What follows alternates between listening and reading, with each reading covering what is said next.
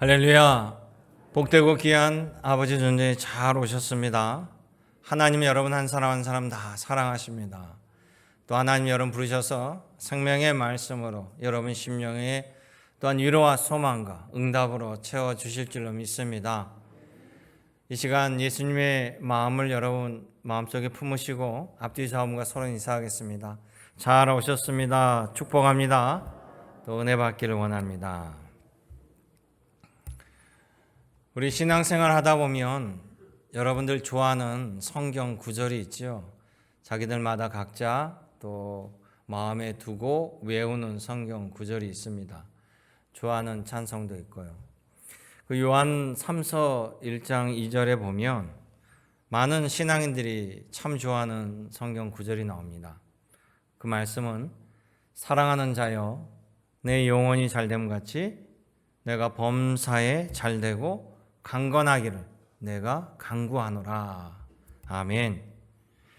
이 말씀을 보면 이 말씀에는 사랑도 있고 또 영혼의 축복, 육신의 축복, 그리고 건강의 축복과 기도가 담겨져 있습니다.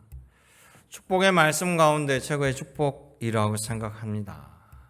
여러분도 그렇게 생각하신 줄로 생각하는데요. 그 말씀 따라 우리 사랑하는 성도 여러분, 여러분이 영혼이 잘됨 같이 모든 일상이 잘 되고 육신도 강건하기를 주님의 이름으로 기도합니다. 아멘.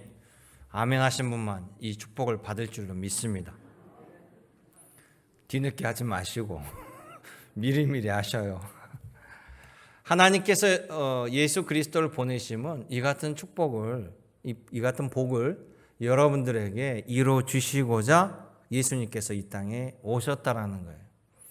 그래서 예수님은 이 땅에 오셔서 하나님 나라에 대해서 가르쳐 주시고 전하여 주십니다.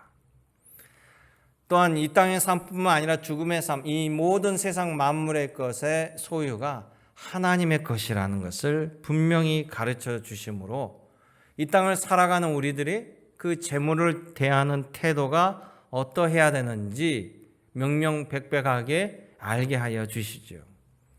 그뿐만 아닙니다. 예수님께서 우리에게 부활, 영생, 이런 모든 영적인 것도 우리에게 가르쳐 주셨습니다. 그리고 마지막으로 우리 예수 그리스도의 보혈의 공로로 말미암아 부활의 은혜, 영생의 인치심을 받은 하나님의 제자들은 이 땅에서 살아가는 인생의 목표와 목적이 무엇인지 또 어떻게 살아야 되는지를 우리에게 세세하게 가르쳐 주셨다는 것이에요. 주님께서 이것을 가르쳐 주는 것은 바로 여러분들이 하나님의 백성으로 인생을 잘 살아가길 위한 것들이고요. 또 그 인생을 통해서 하나님이 예비하신 분복을 누리라는 뜻이 담겨져 있습니다. 오늘 마가복음 12장은 바로 예수 그리스도의 지상의 사역 가운데 이제 막바지에 이르릅니다. 오늘 말씀을 전하시는 때가 당시의 고난주간 화요일이에요. 그러니까 3일 뒤에는 예수님께서 십자가를 지십니다. 그러니까 정말 마지막으로 주님께서 지상에서 제자들을 직접 대면하면서 가르치는 시간이에요. 그러니까 오늘 예수님께서 말씀 가운데 보면 예수님께서 지금까지 가르치시는 것을 세 가지로 핵심 요약해 주십니다. 우리 여러분들 가운데 요양보호사도 있고요, 사회복지사도 있습니다. 또 공무원도 있고요. 그런 자격을 취하려면 국가고시 시험을 해야 됩니다. 준비해야 됩니다. 거기에 필요한 과목을 전체 배우지요. 그런데 시험이 임박하게 되면요, 핵심 요약을 간추립니다. 강사들도 시험이 임박할 때 핵심 요약 강의를 합니다. 그러면서 이것만은 꼭 알아야 됩니다. 이거는 반드시 시험에 나옵니다. 별표 꼭 하십시오. 이거를 모르면 안 됩니다. 그래서 그것을 학생들이 받아 적고 또 외우고 기억하고 그리고 시험장에 가야 돼요. 여러분 가운데 시험을 치러보셨던 분들은 기억이 새록새록 날 겁니다. 오늘 예수님의 가르침이 그렇습니다. 하나님을 믿는 백성이라면, 예수 그리스도의 제자라면 이것만은 반드시 꼭 알아야 되는 핵심 요약을 가르쳐 주시는 거죠. 여러분, 시험은요, 준비된 자만이 통과하고 누릴 수 있습니다. 아는 자만이 답을 쓸 수가 있고 적용할 수 있다는 것이에요. 시험 그러면 벌써부터 머리가 아파오시는데 걱정하지 마십시오. 하나님 나라의 시험, 하나님 나라의 말씀은 빈부격차 상관없습니다. 지식 유무 상관없습니다. 주님이 가르쳐 주신 이 말씀 그대로 따르면 된다라는 것이, 오늘 예수님의 가르침을 잘 배워서 여러분들의 하나님의 백성으로 살아가는데 그 은복을 누리는데 결코 부족함이 없는 우리 믿음의 권속이 되시기를 주님의 이름으로 축원합니다. 그래서 마가복음 12장 중심으로 예수님께서 가르쳐 주신 하나님 나라의 핵심 첫 번째는 곧 우리들의 삶, 죽음, 모든 만물은 하나님의 것이다 라는 사실입니다. 이 마가복음 12장을 보면 예수님께서 포도농장 비유를 해 주셔요. 예수님께서 직접 해 주신 비유인데 그 말씀을 보면 주인이 땅에다가 울타리도 치고 망대도 세웁니다. 그리고 포도나무를 심고 또 포도가 열리면 즙을 짜는 기계 틀 모든 것을 다 주인이 준비해 줘요. 그래 놓고 그 농장을 떠나면서 한 농부에게 그것을 관리를 맡깁니다. 모든 것이 주인이 다 해준 거예요. 이 농부는 이 포도나무가 잘 자랄 수 있도록 물 주고 제초하고 그 정도 관리하는 것입니다. 추수 때가 되니까 이 포도 농장에 포도가 주렁주렁 열리게 됩니다. 그랬더니 주인이 종을 보내요. 그래서 풍성하게 얻은 이 포도 과일 가운데 매우 일부분을 주인이 거두려고 합니다. 그랬더니 이 농부가 돌변을 하여 가지고요, 주인의 종을 매를 쳐서 쫓아버립니다. 주인이 다른 종을 보냈더니 능욕하고 보내버려요. 급기야 주인의 아들이 왔는데 그를 죽여버립니다. 우리가 이 땅에서 살아가는 것 모든 것들 생각해 보면요, 우리 생존에 필요한 모든 것들은 창조주 하나님께서 우리에게 주신 거예요. 하늘, 땅, 공기, 또 물, 비, 바다의 모든 것들, 해조류, 어패류, 물고기, 그리고 들에 있는 산에 있는 나무, 과실 모든 것, 인간이 만든 거 하나도 없습니다. 사람들은 하나님이 주신 것, 그것을 잘 이용하고 개간하기 위해서 굳이 인간의 역할을 얘기하자면 도구를 만들었을 뿐입니다. 그 도구를 가지고 열심히 땀 흘려서 개간하여서 거기에 나온 열매를 풍성히 먹고 누리는 것이 우리의 삶이라는 것이에요. 바로 예수님께서 이 포도농장 비유를 우리에게 말씀해 주시는 것, 우리가 태어날 때 아무것도 없이 태어나지만 이 세상의 것을 누리고 또 살아가다가 또 이 세상을 떠나게 될 때는 모든 걸 놓아놓고 갈 수밖에 없습니다. 그러니까 바로 모든 것은 주께로부터 왔다라는 것을 인정하는 사람만이 하나님께 감사와 제사를 드릴 수 있는 것이에요. 이 포도농장 비유를 보면 이 농부들은 그것을 망각합니다. 그리고 그것을 거부하지요. 근데 이 농부들이 망각한 사실 가운데 한 가지는 이 모든 것들, 포도원, 포도나무, 또 망대, 이 모든 것들은 자신이 만들 수 있는 역량의 것이 아닙니다. 모두 다 주인이 해주신 거예요.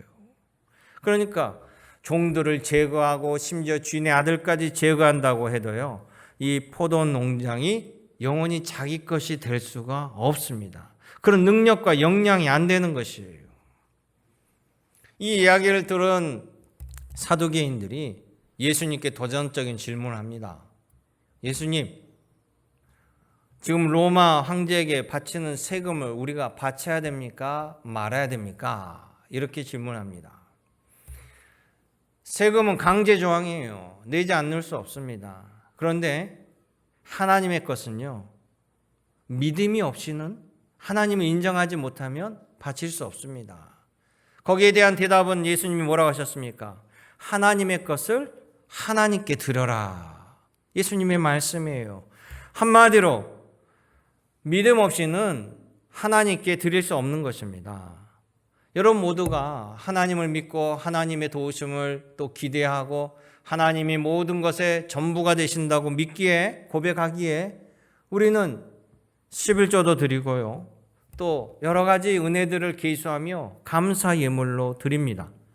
자녀가 출산해도 감사, 사업이 번창해도 감사, 질병이 치유받아도 감사, 심지어 이사를 해도 좋은 곳을 허락하신 하나님께 감사. 일상의 모든 것을 우리가 감사드릴 수 있는 이유가 하나님을 인정하고 모든 것이 주께로부터 왔다는 것을 믿기 때문에, 믿음 때문에 감사를 드리는 것이에요. 오늘 마가복음 12장에 보면 예수께서 매우 칭찬하는 한 과부의 모습이 나와요.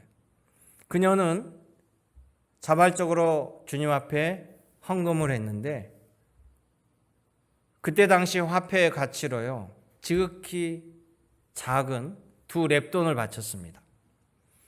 우리 시대의 가장 작은 화폐 단위는 1원이잖아요. 1원 2개 정도 던졌다는 거죠. 지금으로 환산하면 2렙돈이 한 2,000원 정도 될까요? 그런데 이 여인은 가난한 가운데 하나님께 진심으로 감사의 예물로 자신의 전부를 드린 거예요.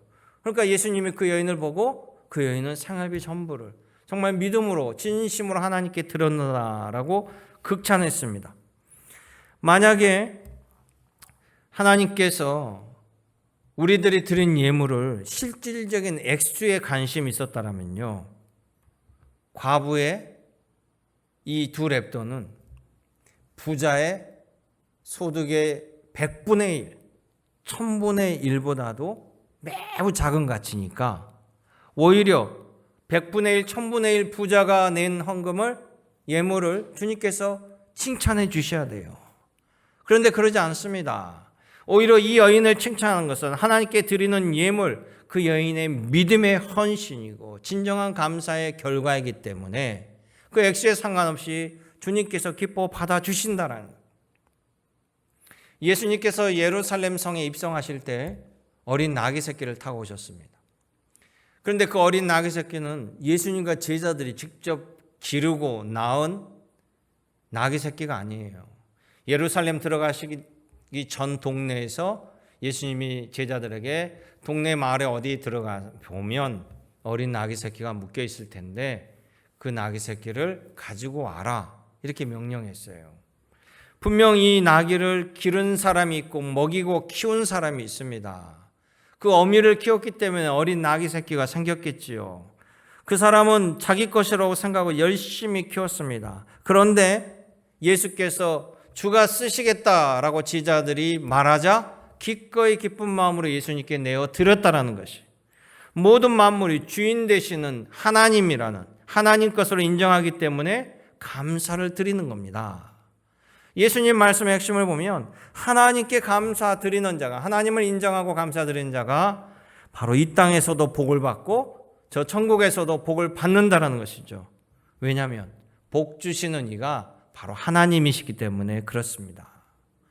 예수님은 여러분 모두가 복을 받기를 원하십니다. 여러분 이 가르침, 모든 것이 주께로부터 왔다라는 사실을 분명히 기억하시고 하나님께 감사드리는 여러분 되시기를 주님의 이름으로 축원합니다. 두 번째 예수께서 가르치는 핵심은요, 부활과 영생에 대한 가르침이세요. 예수님께서 가르치신 하나님의 나라, 그 천국 복음은요, 이 세상과의 연속성상에 놓여 있다는 것이죠. 만약 우리가 이 땅에서 살다가 삶을 마친 후에 죽고 나서 이 세상과의 모든 의식이 완전히 단절된 채 이 세상과 상관없는 존재로 변하여 살아간다면 그것은 바로 부활이라고 말할 수 없습니다. 영생이라고 말할 수 없습니다. 구원이라고 말할 수 없죠. 부활은 뭡니까? 다시 살아나요. 다시 일어나는 것을 부활. 영생은 뭡니까? 영원한 생명의 이어짐을 이야기합니다. 연속성. 그리고 구원은 죽음의 처지에서 건짐받았다라는 것을 표현하지요. 그러니까 우리가 죽음 이후에 완전히 새로운 존재로 변하여서 우리 지금 이 땅의 의식과 완전히 단절된 상태로 부활과 영생 구원이 일어난다는 것은 말이 안 맞습니다. 새로운 창조, 물론 예수님의 말씀, 그 말씀을 따른 제자들 가운데 고린도후서 5장 17절에 보라 이전 것은 지나갔으니 새 것이 되었도다, 새로운 피조물이다, 우리에게 그렇게 전하고 있습니다. 여기서의 말씀은 우리가 죽음 이후의 상황을 말씀하는 것이 아니라 예수 그리스도를 믿는 믿음으로 말미암아, 예수님을 영접함으로 말미암아 우리가 죄의 상태, 심판의 상태에서 하나님의 거룩한 자녀, 의인으로 우리의 신분이 바뀌게 되었다. 그래서 새로운 피조물이라고 표현할 뿐입니다. 부활은 분명한 의식이 있음을, 연속됨을 우리에게 말해줍니다. 물론 부활하는 몸은 또 삶은 예전과는 변하고 달라지지요. 누가복음 16장 20절에 보면 예수님의 말씀 가운데 인색한 부자와 거지 나사로 이야기가 나와요. 두 사람이 죽었는데 이 아주 매우 인색했던 부자가 죽어서 지옥을 갑니다. 그런데 그 지옥에서 저 멀리 천국이 보이는 거예요. 천국이 보이는데 그곳에 늘 매일 자기 집에 와서 구걸을 하던 거지 나사로가 보이는데 해처럼 환한 얼굴로 흰 옷을 입고 아브라함 품에서 너무나 평화롭고 아름다운 모습으로 살아가고 있는 모습을 보게 된 거예요. 죽은 부자 분명히 의식을 가지고 나사로를 알아보고 아브라함을 알아봅니다. 자신의 비참함을 바라보면서 부탁합니다. 내가 한 번만 다시금 내 가족에게 돌아가서 이런 상황을 하나님의 말씀대로 실제하는 것을 전하게 하여 주면 내 가족 모두도 지옥에 오지 않을 겁니다 라고 간청할 때 이미 하나님께서 이 땅에서 전하는 많은 사람들을 두었다라는 거예요. 너희는 그 말씀을 들으라라고 말씀합니다. 영생은요, 또 부활은 하나님께서 저와 여러분들 위해서 만들어 놓으신 우리가 맞닥뜨릴 삶이라는 것입니다. 예수님은 이것을 가르쳐 주시고 짚어 주십니다. 부활이 일어난 현실이에요. 왜냐하면 예수님이 말씀하신 때가 화요일이라고 했잖아요. 그 주 금요일에 예수님은 십자가에 죽으십니다. 그리고 3일 뒤에 부활하셔요. 바로 나타날 현실이에요.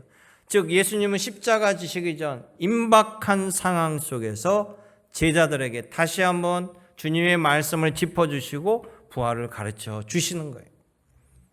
그런데 성경을 보면 부활을 믿지 아니하는 사두개인들 예수님께 나와서 묻습니다.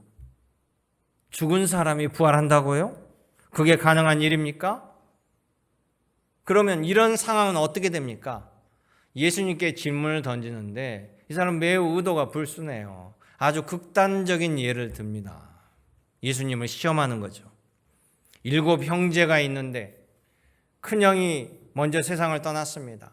그러면 유대 율법에 의하면 그 큰 형수를 다른 형제가 책임지라는 의미로 계대 결혼을 명령했는데요. 그것은 홀로 남은 과부가 그 당시에 살아가기 매우 힘들기에 그를 보호하고 책임지라는 뜻입니다. 그래서 둘째가 그 형수를 취했는데 둘째도 먼저 또 사망했습니다. 그러다가 7 형제가 다 거쳐갔어요. 그리고 그 여인도 세상을 떴습니다. 그러면 나중에 부활하면 누구의 아내가 됩니까? 사람들은 질문을 던집니다. 그 질문 내용에 먼저 빠집니다. 그런데 예수님은 거기에 대해서 뭐라고 답합니까? 그건 지극히 세상적인 너의 생각일 뿐이고 하나님의 말씀이 아니다. 네가 하나님의 말씀을 아직 모르고 있도다. 부활하는 삶은 너의 생각과 다르다는 거예요. 시집장가 가는 것이 아니고 하늘의 천사와 같은 삶이다라고 하셨습니다. 물론 여러분들도 쉽게 이해가 되지 아니할 거예요. 왜? 경험하지, 한 번도 경험해 보지 못한 일이기 때문에 이해가 되지 않았습니다. 그러나 세상을 창조하시고 모든 것을 주관하신 창조주 하나님 말씀이기에 우리는 경청하며 들어야 한다는 것이에요. 부활에 관해서 예수께서 말씀하실 때 모세의 예를 들어서 설명해 줍니다. 모세가 출애굽 가운데 시내산에 올라가서 떨기 가운데 불꽃으로 임하시는 예수님을 만나요. 그때 예수님께서 모세에게 이렇게 얘기합니다. 나는 아브라함의 하나님이요 이삭의 하나님이요 야곱의 하나님이시다. 마가복음 12장 26절에 그 말씀을 예수님께서 다시 해주십니다. 이렇게 하신 말씀을 너가 읽어보지 못했느냐? 하나님은 죽은 자의 하나님이 아니요 산 자의 하나님이시라. 너희가 크게 오해하였도다 하시니라. 아멘. 모세가 하나님을 대면할 때요, 아브람, 이삭, 야곱은 이미 조상이 죽은 자죠. 그런데 하나님께서 아브라함의 하나님, 이삭의 하나님, 야곱의 하나님이라고 말씀했습니다. 그렇게 생각할 때는 한편으로는 우리 조상들이 섬겼던 하나님 그런 뜻도 있지만 예수님께서 죽은 자의 하나님, 죽은 자의 이름을 거명하며 죽은 자의 하나님이 아니라 산 자의 하나님이라는 것은 바로 그들이 주님과 함께 영원한 삶을 누리고 있다는 것입니다. 예수님께서 변화되실 때, 예수님의 모습이 변모할 때 좌우편에 누가 서 있었습니까? 성경에 가면 모세와 엘리야 선지자가 함께 있는 것을 바로 제자들이 목격한 것이죠. 그렇기 때문에 우리가 알고 있는 우리 상식으로의 죽음이 끝이 아니라는 것이. 예수님의 이 말씀은 불과 5, 6일 뒤에 예수께서 부활하심으로 첫 열매로 나타나심을 이 제자들이 똑똑하게 목격하게 된다는 것이에요. 그리고 예수님의 부활은 곧 우리들에게도 앞으로 여러분들에게도 나타날 현실이라는 것을 가르쳐 주십니다. 그러고 보니까 복음서에서요, 예수님께서 죽은 자들에 대해서 항상 잔다라고 표현했다라는 사실입니다. 해당장 야이로의 딸이 죽었을 때 예수님께서 뭐라고 했습니까? 이 소녀가 죽은 것이 아니라 잔다. 그렇게 말씀하시고 그를 다시금 살리셨습니다. 예수님의 사랑하는 남매 나사로 또 마리아 마르다. 나사로가 위독하다는 소식이 예수님에게 전해졌습니다. 그런데 예수님이 지체하시는 거예요. 빨리 와달라고 했는데 예수님께서 며칠 머무르셔요. 그러다가 나사로 집에서 나사로가 이미 죽었습니다. 장사를 치릅니다. 근데 예수님이 그 말씀을 들으시면서 뭐라고 얘기하시냐면 나사로가 잠들었도다. 자, 이제 내가 깨우러 간다. 가자. 제자들에게 이렇게 말씀하시며 죽은 나사로를 살리셨다라는 거예요. 그렇습니다. 주님은 죽음이 문제가 아니에요. 우리 주님께 생명이 있음을, 생명의 주인 되심을 우리에게 깨우쳐 주셨다라는 거예요. 그래, 사랑하는 성도 여러분 모두가 부활과 영생을 믿는 줄로 믿습니다. 예수님의 말씀의 핵심이고 예수님의 사역의 핵심이에요. 예수 그리스도의 부활은 곧 여러분들의 부활이고 예수께서 말씀하신 영생은 여러분들이 누릴 삶입니다. 그러기에 요한의 제자가 말한 것처럼 여러분들이 예수 그리스도를 믿고 십자가의 보혈로 죄사함을 당하고 부활의 후속 열매로 살아가는 것처럼 여러분들의 영혼이 잘됨 같이 이 땅에서의 여러분의 삶이 잘되고 강건하기를 주님의 이름으로 축원합니다. 아멘. 마지막 핵심 요약은 바로 우리가 예수 그리스도를 통해서 영과 또 육체의 회복을 약속받은 우리들이 앞으로 이 땅에서 살아갈 인생의 삶의 목표와 목적을 알아야 된다는 것이죠. 유대인들에게는 인생의 가르침이 있습니다. 그것이 바로 율법이죠. 어떻게 살아야 되는지, 하나님의 백성은 어떻게 하나님께 제사를 드리고 감사를 드리고 어떻게 하나님의 말씀을 듣고 무엇을 해야 되고 무엇을 하지 말아야 될 것을 가르쳐 주시는 것이 율법의 말씀이에요.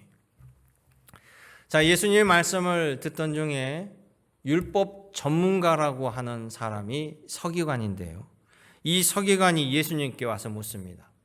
예수님, 율법 그 가운데 첫째 되는 계명이 과연 무엇입니까? 라고 물어봐요.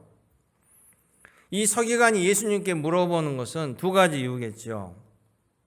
첫째는 예수님을 시험하고자. 자기가 율법 전문가니까. 하나님의 아들이라고, 메시아라고 하니까 정말 율법을 잘 아는지, 어떻게 해석하는지 시험하고자. 두 번째는 예수님의 권위를 인정하고 하나님의 아들로 여기면서 내가 지금까지 알고 믿고 가르쳐왔던 그 율법의 내용이 정말 제대로 맞게 내가 하고 있는지 확인받고 싶어하는 마음이겠죠. 이 서기관은 선한 마음으로 예수님께 묻습니다. 그때 예수님이 그에게 답을 해주시는 거예요. 이 서기관과 예수님의 답을 들어보면서 바로 하나님 나라의 계명, 우리에게 주신 말씀의 핵심이 무엇인가를 예수님께서 가르쳐 주시죠. 이미 모세가 전한 율법, 십계명, 또 성전, 제사, 이 모든 것들을 아우러서 예수님은 두 가지로 요약해 줍니다. 첫째는 바로 우리가 전심전력으로 하나님을 사랑하라는 것. 두 번째는 바로 하나님의 사랑받은 우리가 이웃을 사랑하라는 것. 이 두 가지 계명 한마디로 요약하면 사랑입니다. 사랑. 그러죠? 그래서 바울은 믿음, 소망, 사랑 이 세 가지는 영원히 있을 것인데 그 중에 제일은 사랑이니라. 바울 제자가 가르친 말씀. 또한 요한 제자는 뭐라고 합니까? 요한 제자는 요한일서 4장 8절에 하나님에 대해서 이렇게 설명합니다. 하나님은 사랑이시니라. 아멘. 사랑의 하나님에게서 태어난 우리, 하나님의 사랑을 받는 우리, 하나님의 사랑으로 사는 우리들이기 때문에 결국 하나님의 백성들의 인생의 목적은요, 바로 사랑의 사람으로 사는 것, 사랑을 위해서 사는 사람, 인생, 사랑에 의한 인생이 되어야 한다라는 것이에요. 오늘 본문 33절에 보면 이 서기관은 예수님의 대답을 듣고 이렇게 얘기합니다. 예수님, 맞습니다. 저도 그렇게 생각합니다. 하나님을 사랑하는 것과 이웃을 자기 자신처럼 사랑하는 것이 하나님 앞에 올리는 모든 제물보다 더 낫습니다. 이렇게 답하는 거예요. 여러분, 지금까지 성경에서 바리새인, 사두개인들, 서기관들, 그들은 늘 예수님을 공격하고 위험에 빠뜨리고 죽이려고 하는 대적자들이었지, 예수님에게 칭찬받는 제사장, 사두개인, 서기관 거의 본 적이 없으시죠.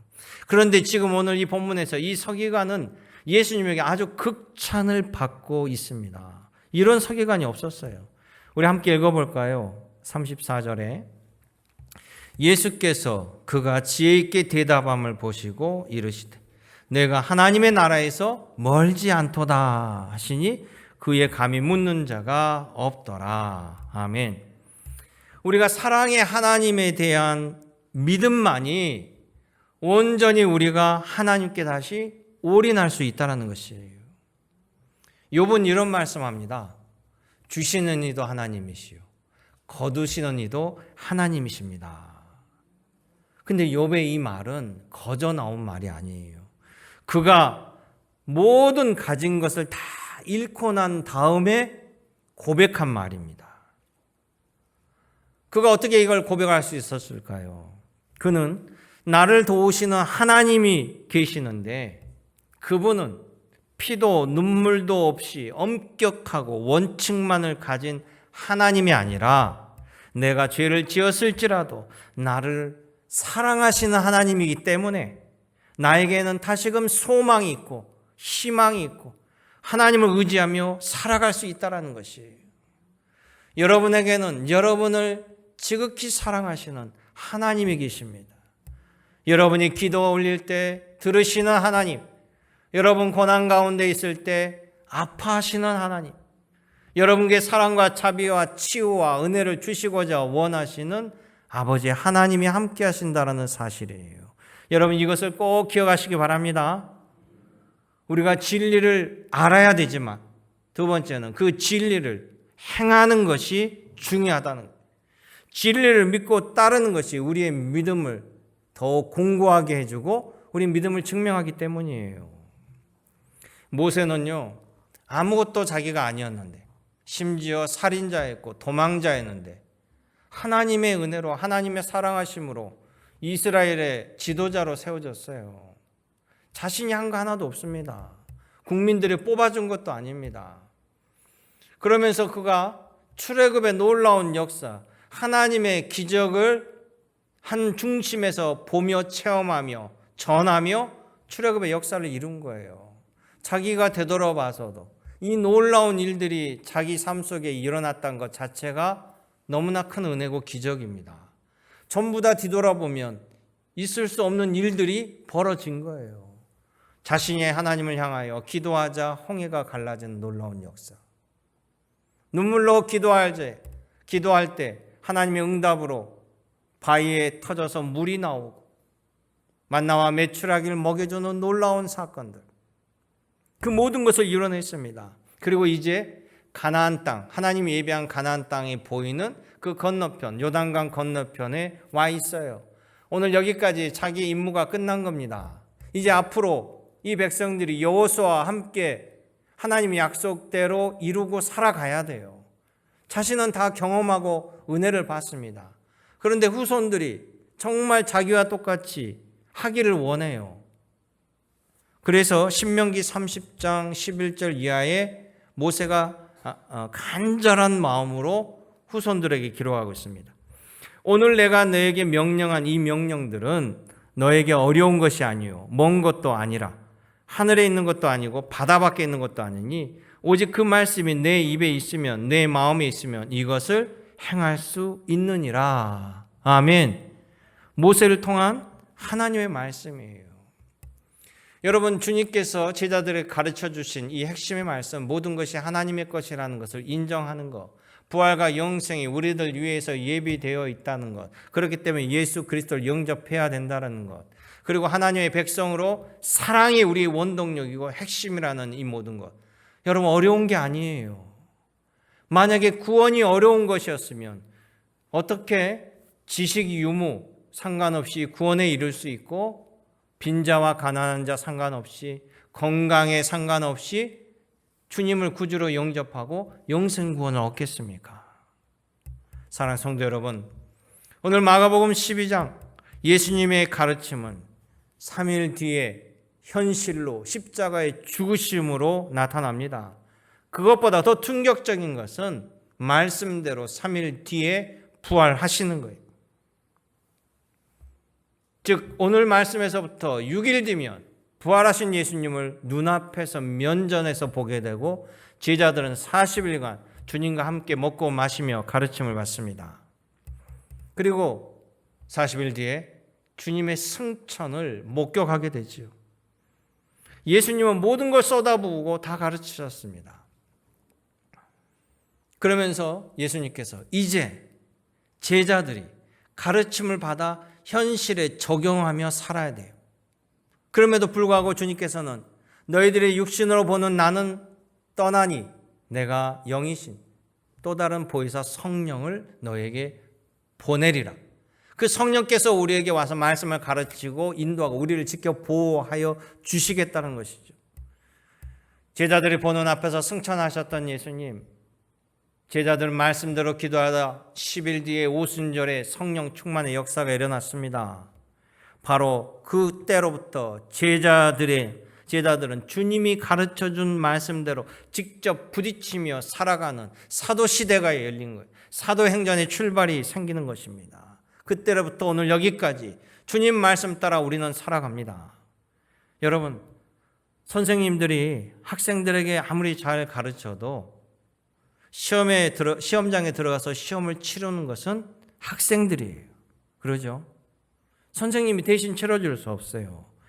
다만 선생님은 학생들에게 어떤 유형의 문제가 나와도 이 원리, 핵심만을 가지고 있다라면, 분명히 기억한다라면 다양하게 변형된 문제가 나와도 다 해결할 수 있는 그 핵심을 가르쳐 주시는 거예요. 그래야만 학생들이 풀 수 있습니다.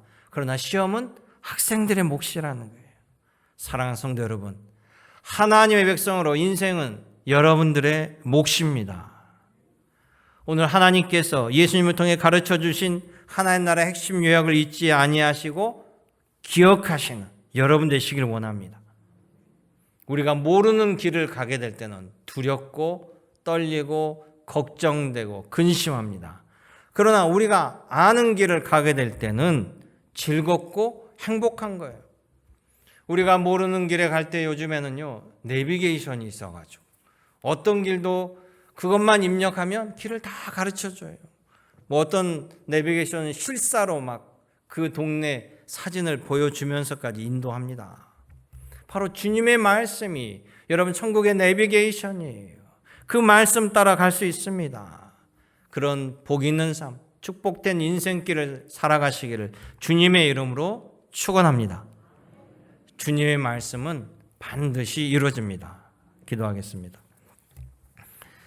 은혜롭고 참 좋으신 아버지 하나님, 오늘도 우리의 전부가 되시며 우리의 모든 것을 베풀어 주셔서 오늘 여기까지 에베네셀의 자녀로 살아올 수 있음을 감사드립니다.